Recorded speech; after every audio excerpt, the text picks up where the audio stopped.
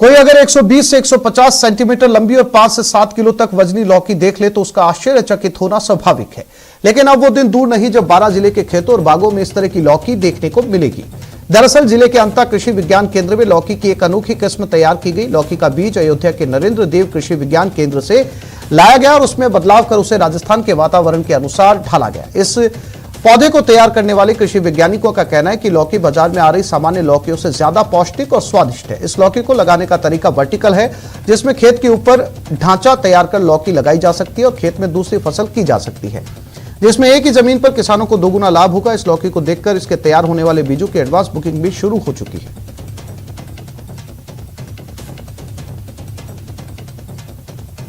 किसान को या जो हमारे कंज्यूमर्स हैं, उपभोक्ता हैं, उनको ज़्यादा आमदनी मिलेगी और पर यूनिट इकाई में वो पूरे अपने परिवार का भरण पोषण कर सकते हैं। इसको लार्ज स्केल पर भी लगा सकते हैं किसान भाई, क्योंकि इसकी जो हमारी लौकी है ये हमारा नरेंद्र देव कृषि एवं प्रौद्योगिकी विश्वविद्यालय अयोध्या से मैं बीज लाया था और इसको क्या है हमने ला करके यहाँ पर टेस्ट किया तो यहाँ पर हमारी 3 से 4 किलोग्राम की लौकी आती है।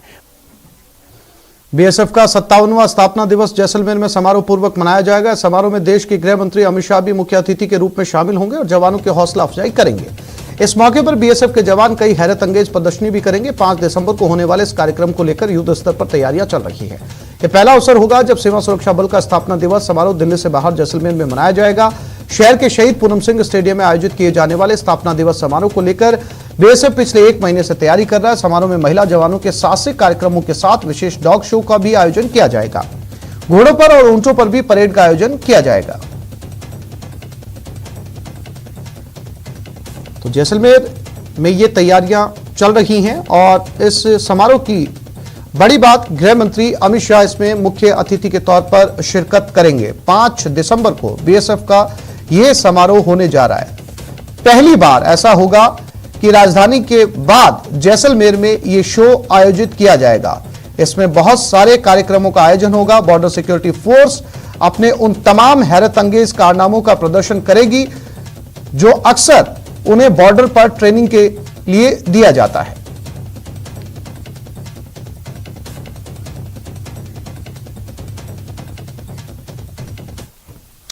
आज राष्ट्रीय एनसीसी डे है। साल 1948 में कॉलेज शिक्षा के दरमियान युवाओं को देश के लिए कुछ करने का जज्बा और जुनून भरने वाले इस एनसीसी के बाड़मेर विंग ने अपनी अमिट छाप न केवल राज्य भर में बल्कि देश की राजधानी तक में छोड़ी है।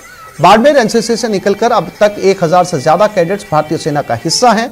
बाड़मेर का सबसे बड़ा महाविद्यालय अपने एनसीसी विंग की वजह से देश भर में अपनी अलग पहचान बना चुका है। साल 1965 में इस जगह एनसीसी की शुरुआत हुई, लेकिन पिछले 1 दशक में कैप्टन आदर्श किशोर जानी के कुशल नेतृत्व में यहां के एनसीसी विंग ने सफलता के झंडे गाड़े हैं।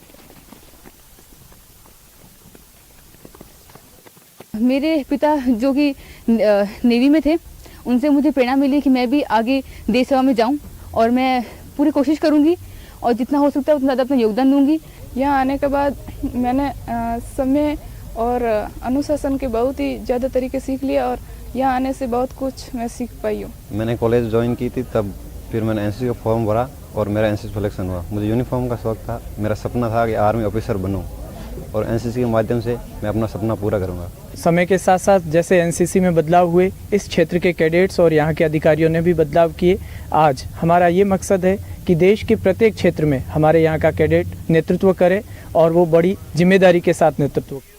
केंद्रीय गृह मंत्री अमित शाह के दौरे को ऐतिहासिक बनाने में राजस्थान बीजेपी एड़ी चोटी का जोर लगा रही है। इसे कार्यकर्ताओं में जोश फूंकने का कार्यक्रम बताया जा रहा है, लेकिन सियासत के जानकार शाह के दौरे को सियासत से जोड़कर देख रहे हैं। प्रदेश बीजेपी को मिलेगी चाणक्य की घुट्टी। पार्टी में असंतोष और बगावत की होगी छुट्टी। अमित शाह का पावर शो, बीजेपी में हाई जोश। अमित शाह जी का व्यक्तित्व इतना बड़ा है, जिनको देखने और सुनने के लिए लोग आते हैं, तो उनके आने से ही उनको पार्टी के लोगों को जब ताकत और ऊर्जा मिलती है तो कार्यक्रम भव्य होगा, विशाल होगा। केंद्रीय गृह मंत्री अमित शाह के 5 दिसंबर के जयपुर दौरे को प्रदेश बीजेपी अध्यक्ष सतीश पूनिया पार्टी कार्यकर्ताओं और जनप्रतिनिधियों को संबोधित करने का कार्यक्रम बता रहे हैं। पूनिया जोर देकर कहते हैं कि अमित शाह बड़े कद के नेता हैं और उन्हें सुनना कार्यकर्ताओं के लिए हमेशा ही हौसला बढ़ाने वाला होता है। लेकिन बात उतनी सतही और इकहरी नहीं जितनी सुनाई दे रही है। सियासत के जानकार इसे प्रदेश के असंतुष्ट धड़े को करारा जवाब देने की रणनीति के तौर पर देख रहे हैं और इसकी ठोस वजह भी है। दरअसल वसुंधरा राजे ने देव दर्शन यात्रा के जरिए पार्टी आला कमान को सीधी चुनौती दे डाली है। खास बात ये कि वसुंधरा सरकार के अधिकांश मंत्री भी यात्रा में राजे के साथ दिखाई दिए। ऐसे में मोदी, शाह और जेपी नड्डा का आशीर्वाद प्राप्त धड़ा अब शाह के दौरे के जरिए पलटवार की तैयारी में है। लेकिन पार्टी से जुड़े नेता ऐसी बात को सिरे से खारिज कर रहे हैं। तो पार्टी पूरे तरीके से उत्साहित है, गौरवान्वित है, आनंदित है और इसकी विधिवत तैयारियां बहुत नीचे के स्तर तक कार्यकर्ताओं ने शुरू कर दी हैं। सभी मोर्चे पूरी ताकत और ऊर्जा के साथ आएंगे और निश्चित रूप से उनका हवाई अड्डे पर एक अच्छा स्वागत होगा। कार्यकर्ता तैयारी में कार्यकर्ताओं में उत्साह है, जोश है और निश्चित रूप से भव्य स्वागत करने का संगठनात्मक बैठकें चल रही हैं।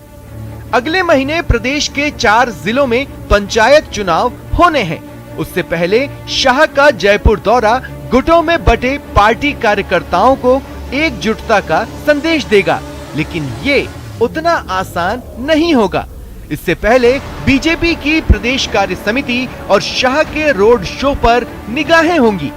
बीजेपी जनप्रतिनिधियों के सम्मेलन में दिखने वाला जोश तय करेगा कि किसका पलड़ा कितना भारी है। न्यूज़ 18 राजस्थान के लिए जयपुर से बाबूलाल धायल की रिपोर्ट। यहाँ एक छोटे से ब्रेक के लिए रुक रहे हैं, जल्द लौटेंगे।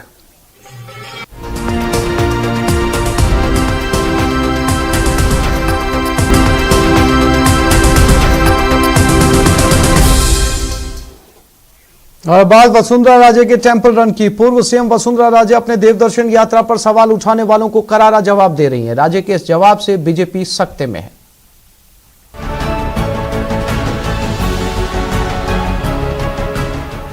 देवदर्शन या शक्ति प्रदर्शन? देवदर्शन के बहाने कितने निशाने? राजे के बयान के क्या है मायने? यात्रा का दर्द दिल। सवाल यात्रा है मैं बैठने जा रही हूँ सबके यहाँ और देव के दर्शन कर रही हूँ। कयास लगाते रहिए लेकिन इशारा समझ लीजिए। वसुंधरा राजे एक बार फिर मैदान में ताल ठोक रही है। इशारों ही इशारों में हर बात बोल रही हैं। यात्रा के बहाने सियासी हित भी साध रही है।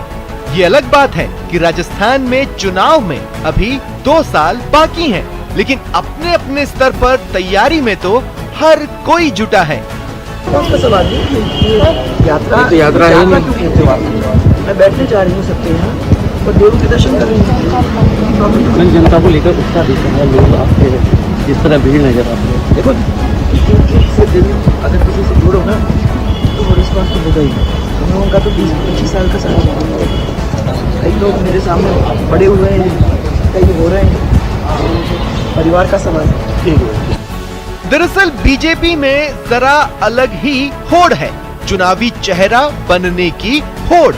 हालांकि खुलकर कोई नेता चुनावी तैयारी की बात को स्वीकार नहीं कर रहा, लेकिन राजनीति की समझ रखने वाले वसुंधरा राजे की देव दर्शन यात्रा के मायने अलग निकाल रहे हैं।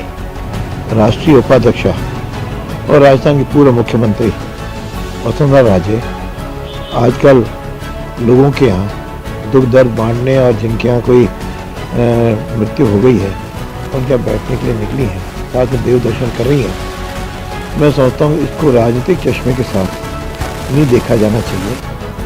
राजस्थान बीजेपी में मुख्यमंत्री के चेहरे को लेकर होड़ जरूर है, कतार में कई हैं, लेकिन सब जानते हैं सियासत की महारानी वसुंधरा राजे पासा पलटना बखूबी जानती हैं। देव दर्शन यात्रा तो महज ट्रेलर है, बस देखते जाइए अभी तो पूरी पिक्चर बाकी है। Bureau report, news 18 Rajasthan. वहीं चित्तौड़गढ़ से दिल दहला देने वाली खबर सामने आई। यहां कपासन क्षेत्र में चलती कार में अचानक आग लग गई, जिससे हड़कंप मच गया। आप अपने टीवी स्क्रीन पर साफ देख सकते हैं कि आग कितनी भयानक थी। कार में सवार सभी लोगों ने कूदकर अपनी जान बचाई। घटना की जानकारी मिलते फायर ब्रिगेड की गाड़ी ने मौके पर पहुंचकर आग पर काबू पाया।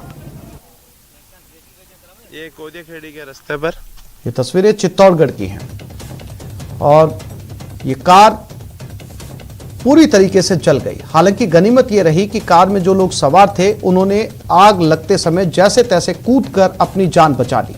फायर ब्रिगेड को सूचना दी गई। मौके पर फायर ब्रिगेड की टीम पहुंची। जब तक आग को बुझाया गया, कार पूरी तरीके से जल चुकी थी।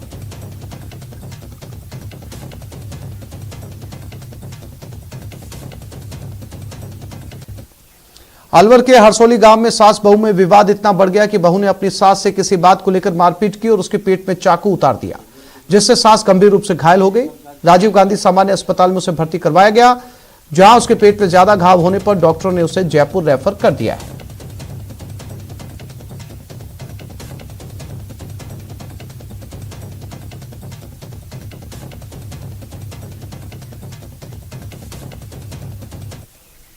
टोंक जिले के निवाई में रॉयल्टी नाका टीम ने किसानों के साथ मारपीट करने का मामला सामने आया। मारपीट की जानकारी के बाद निवाई थाना अधिकारी अजय कुमार पुलिस जाब्ते के साथ मौके पर पहुंचे। पुलिस को देखकर आरोपी भाग गए। पुलिस ने मारपीट में घायलों को अस्पताल में भर्ती करवाया। पुलिस ने मारपीट करने वालों के खिलाफ मामला दर्ज कर लिया है। मामला दर्ज होने के बाद रॉयल्टी नाका टीम से करीब 20 लोग थाने पहुंचकर हंगामा करने लगे। हंगामा करने पर पुलिस ने सभी 20 लोगों को शांति भंग में गिरफ्तार कर लिया। दरअसल रॉयल्टी नाका टीम ने चैनपुरा फाटक के पास किसानों से मारपीट की थी। इसके बाद मारपीट के आरोपियों की तलाश में थाना अधिकारी अजय कुमार ने विशेष टीम बनाई थी। सूचना मिली कि रॉयल्टी नाका ने एक बोलेरो चालक और उसके साथ बैठे हुए व्यक्ति के साथ मारपीट कर दी है। उक्त सूचना पर पुलिस जाब्ता हुआ मौके पहुंचा और बजुर्गों को लाकर उनका मेडिकल कराया। उसके तत्पश्चात उन बजीवालों के खिलाफ एफआईआर प्राप्त होने में एफआईआर दर्ज कर दी गई है। दर्ज करने के बाद रॉयल्टी नाके वाला कुछ सुबह 3 बजे के लगभग थाने पर हंगामा किया। तो उसमें हंगामा करने वालों 20 व्यक्तियों को 12 151 में शांति भंग करने में आरोप। तो इस बुलेटिन में फिलहाल इतना ही। नमस्कार।